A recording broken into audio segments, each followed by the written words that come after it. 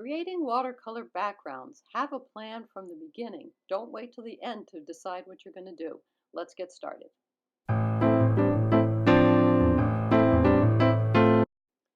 Backgrounds.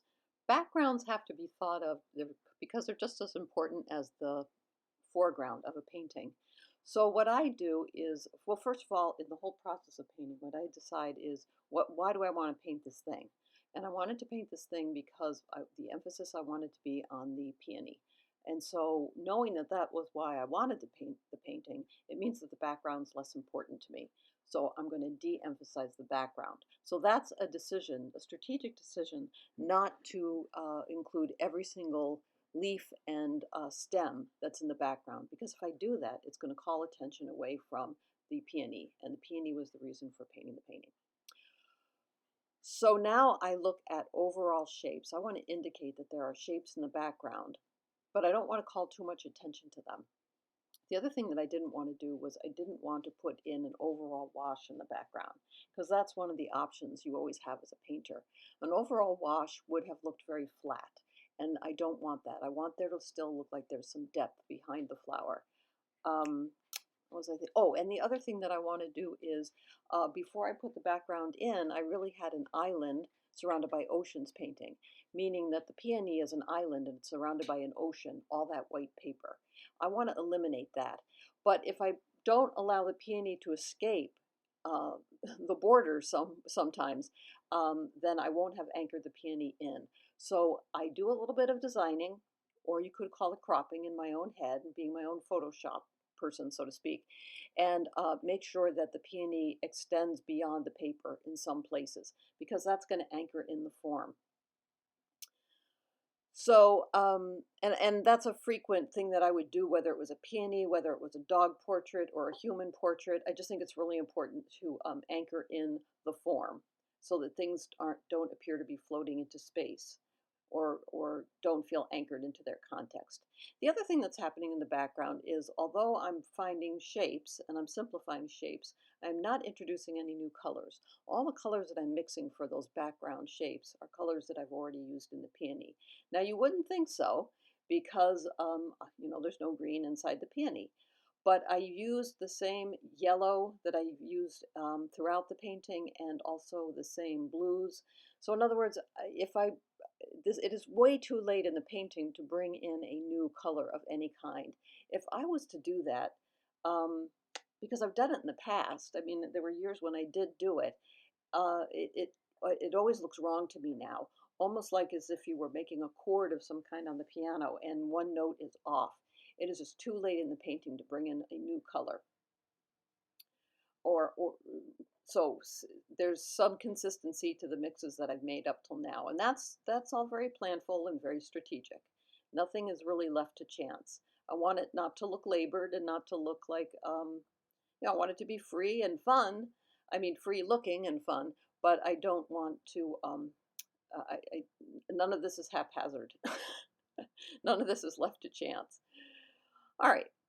So what's happening here is what is in watercolor called negative painting, where you find forms within forms, and you can paint around the light spots and create some dark spots.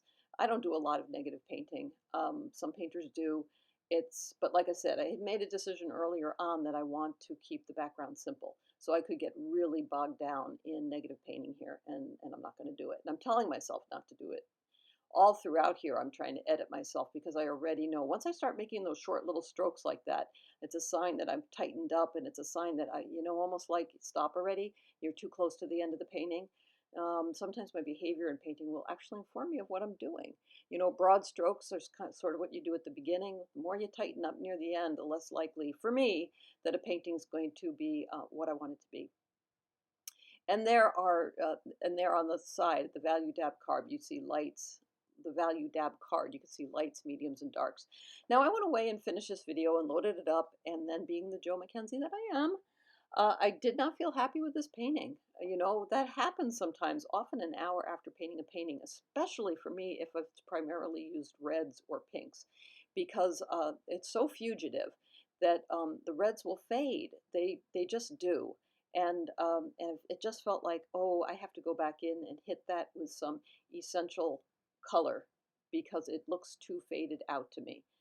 So that's what's happening here. I've gone back and I've found some of that permanent rose, and I'm going in and just making sure that this peony, I forgot for a minute what it was, that this peony reads as consistently pink.